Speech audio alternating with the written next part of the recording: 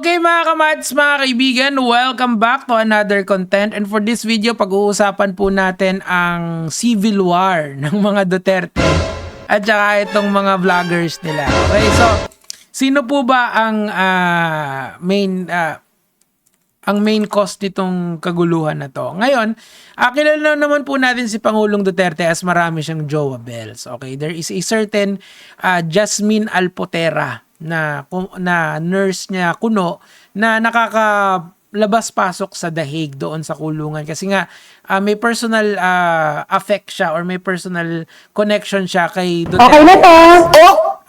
As jowa bells niya. Okay, so hanapin ko lang para lang makita nyo kung sino siya.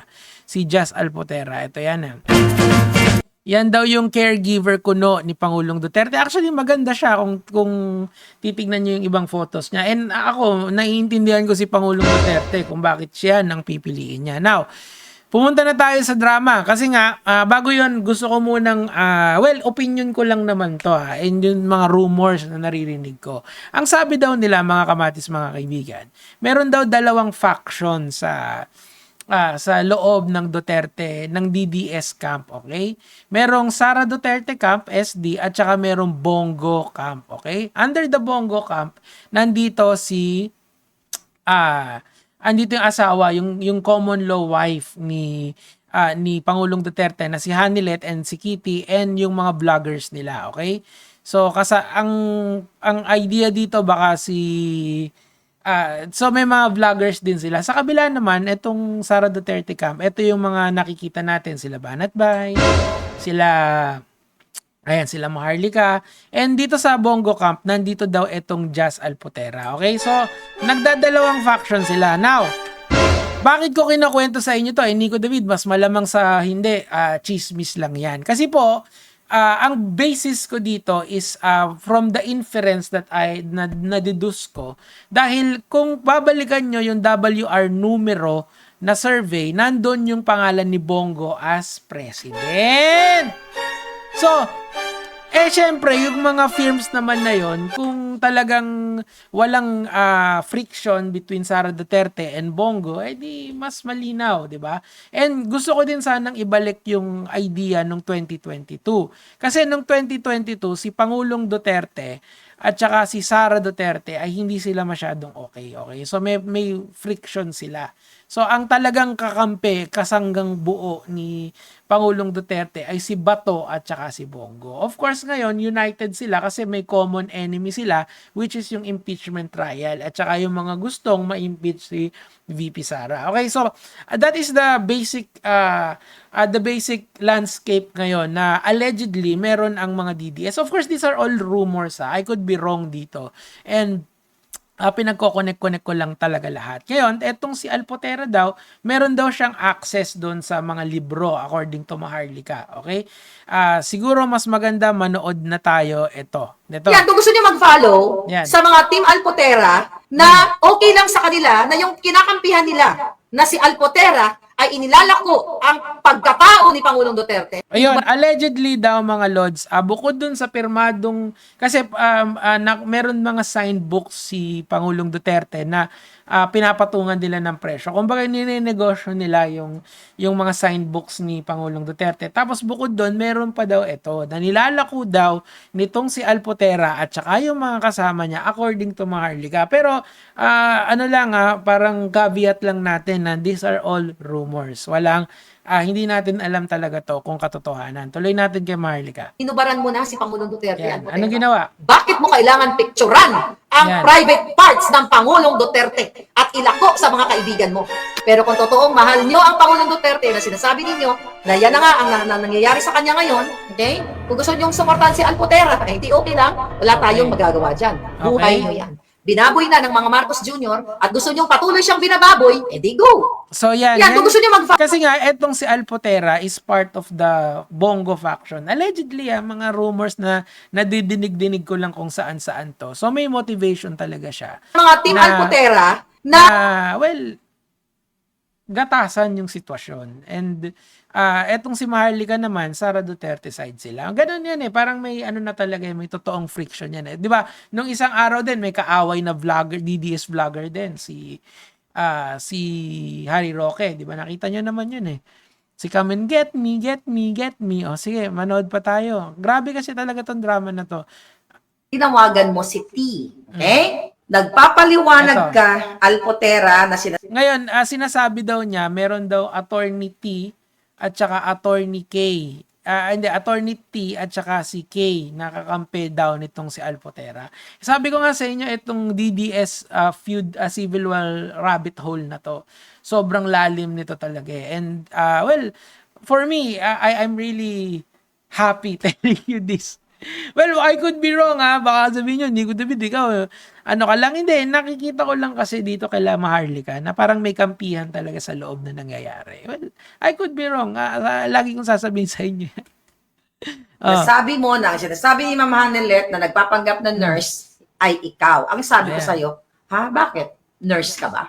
Ang sabi mo, ma'am, hindi po. Sabi ko, then, i-retract mo yung mga nakapost. Ano sabi ko sa'yo, hindi ka pala nurse eh. Eh di ba? Hindi, pero mukha kasi namang age siya ni Duterte noon. So siguro yun yung ano. At saka girlfriend daw kasi. Pero syempre, mas lamang yung common law wife. But then again, si Pangulong Duterte yan eh. Mayor muna. Ay, yung legacy ni Duterte, mga nag-aaway na vloggers. Anyway, tuloy natin. Bawiin mo yung mga pinost sa'yo na ikaw ay nag-alaga kay Pangulong Duterte. Kasi may nag-post na ganun. Ginawa mo ba? Hindi, syempre, hindi niya talaga tatanggalin yun. Syempre, bonus sa kanya yun. Additional credibility niya yun, di ba? You enjoyed it. At ang gusto nyo pa, di ba? I-counter ko pa yung sarili kong vlog at ipagtanggol kita. Hindi yan. Kasi nga, nagkaanuan na sila. May faction na sila eh. Sabi ko sa inyo, itong rabbit hole ng Duterte talagang sobrang lalim nito eh. Talagang malulunod ka. Ngayon, si Banat Bay kasi may minumura siya eh. Ito munang... Naglabas ng mata. ito munang salaysay ni Kitty. Naglabas kasi ng si Kitty Duterte dito. Parang... yung may babala siya dito kay Alpotera kasi nga 'di ba magkaiwalay sila ng ng factions, 'di ba? Mainit 'yan. Tuloy na natin dito. Ito. Taong ito, na siya ay may power pa, siya ay bidabidahan. Kailangan niyang sirain ang pamilya ng mga Duterte. Kailangan niyang sirain Bakit si kaya? Miss Hanelet Abansenya para sa personal niyang interes. Which is, babae ko, wala Sa ka bagay. ng power. Itong taong ito, kung matino ang taong ito, siya kasi talaga punot dulo eh. Saan ka kumuha ng pera? Yun ang tanong ko sa'yo. Yun. Totoo Ito na yung sinasabi ko sa inyo na about dun sa libro. ba? Saan galing yung 30,000 euros, girl? Saan galing yung 30,000 euros? Sana all magkano yung 30,000 euros? Parang more or less 1.5 million or more. Bayad ng mga iro. Kailangan nyo itong malaman. Hindi ko to pwedeng itago. Tatanungin kita, saan ka kumukuha ng pondo? Bakit kailangan mong iwanan ang iyong mga chikiting kung mahal mo ang pamilya mo? Ilang oras silang nagbas para pumunta sa Hague para magpakita ng support sa Pangulong Duterte. Pero binastos po sila ng mga iro doon nitong babaeng ito. Kaya hindi ko to palalagpasin. Siya talaga yung punot dulo ng lahat. Dahil meron siya dadalang pondo na tinatanong ko sa kanya, sino nagbigay sa'yo? Dahil di ka naman mayaman. Para magkagulo, para tratuhin. Hindi, siguro naman may 1.5 million siya. Ano ba definition mo ng mayaman? Kasi pwede siyang milyonarya kasi naging sila nga ni Pangulong Duterte. Baka may ano siya doon, di ba? Masustento. Why not? Why not? Teka mali, why not? Ikaw naman, Marley ka. Ako, I just want to see this unfold. I mean, I don't have true criticism dito, pero I like the rabbit hole that they are digging. Hindi ko to papayagan. Sige. Hindi kita papayagan. Bakit? Babuyin mo ang maisog Europe, DDS Europe, Germany, Paris, dahil hindi mo matanggap na wala na kayo o wala na ka na sa power. Ngayon, ginulo Baka sila pa, di ba? May picture nga nung allegedly, nung kikiam ni Duterte. Why not, di ba?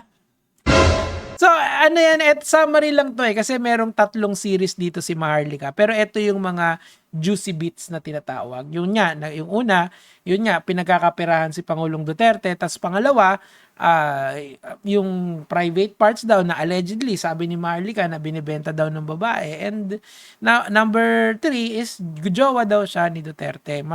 Kung sino man yung mahal ni Duterte, nasa puso yan. Kasi nga, the heart, ano yun sasabihin ko na, guilt is personal eh. Love is personal. Mali. Ito mali. So, Ano kaya ang susunod na mga mangyayari dito? Will this affect yung magiging takbo ni VP Sara sa 2028? Magiging si Bongo kaya versus VP Sara? Magkakaroon ng dalawang factions ng vlogger para kay Bongo, vloggers para kay VP Sara? Who knows? Only 2028 will define what's going to happen, and the impeachment will also dictate kung ano ang magiging susunod na kabanata. Malay mo, biglang yes si Bongo sa impeachment. But that is, neither here nor there. That these are all speculations. And, it's really fun to watch these people fight. Yun lang naman yung sa akin for today, Gege, mga lord.